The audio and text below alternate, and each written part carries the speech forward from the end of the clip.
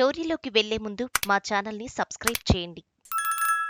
Nandamuri Balakrishna hat trick కి break వేసేలా ఈసారి హిందూపురంలో భారీ ప్రయత్నాలే జరిగాయా అంటే అవును అని పోలింగ్ అనంతరం అంచనాలు బయటకు వస్తున్నాయి.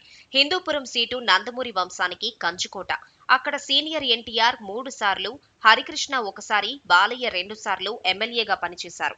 ఈసారి కూడా బాలయ్య గెలుపు ఖాయమని అంచనాలు ఉన్నాయి. అయితే బాలయ్యను కట్టడి చేయడానికి వైసీపీ చాలా ప్రయత్నాలు చేసింది. దాంతో బాలయ్యకు గట్టిపోటీ ఎదురైందని అంటున్నారు.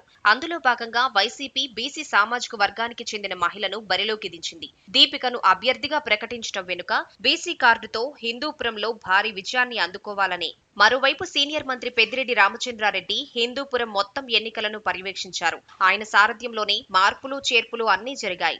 ఆయన ప్రతిష్టగా తీసుకుని హిందూపురంలో శ్రేణులు అన్నింటినీ నడిపించారు. దాంతో ఈసారి టీడీపీ బీసీ సీట్లకు గండి కొట్టడానికి వైసీపీ తనవంతుగా ప్రయత్నం చేసి బాలయ్య విజయాన్ని అడ్డుకునే ప్రయత్నం చేసింది. అయితే దానికి తోడు అన్నట్లుగా కాకినాడకు చెందిన పరిపూర్ణానంద స్వామీజీ ఇండిపెండెంట్ గా హిందూపురం నుంచి పోటీ చేయడం. ఆయన గత 3 ఏళ్లుగా హిందూపురంలో మకాం వేసి మరీ గ్రౌండ్ వర్క్ చేసుకున్నారు. బీజేపీ టీడీపీ పొత్తులో భాగంగా హిందూపురం ఎంపీ టికెట్ తనకే వస్తుందని ఆశించారు. కానీ అది దక్కలేదు. దాంతో ఆయన సొంతంగా పోటీకి దిగారు. దాంతో టీడీపీకి పడే ఓసీ ఓట్లు స్వామీజీ తన వైపునకు తిప్పుకున్నారని అంటున్నారు. స్వామీజీ పోటీ వల్ల టీడీపీ ఓటు బ్యాంక్ కి కూడా గండిపడిందని అంటున్నారు. స్వామీజీ పోటీ చేయకపోతే ఆ ఓట్లు అన్ని గంపగుత్తగా టీడీపీకే పడేవని అంటున్నారు. అదేవిధంగా టీడీపీకి చెందిన కొంతమంది సానుభూతి పరులు కూడా స్వామి వైపు మొగ్గు చూపారని అంటున్నారు. అదే సమయంలో వైసీపీ ఓటు బ్యాంక్ అలాగే ఉందన్నది పోలింగ్ సరళిని అంచనా వేసుకున్న వారి మాట.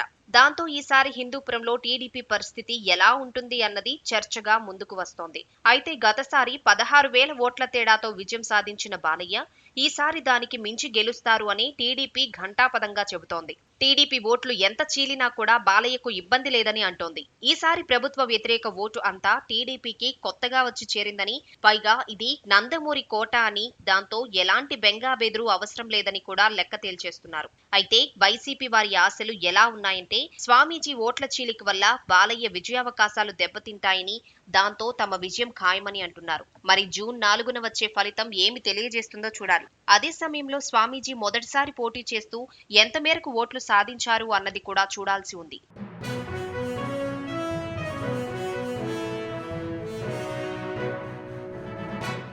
స్టోరీలోకి వెళ్లే ముందు మా ఛానల్ని సబ్స్క్రైబ్ చేయండి.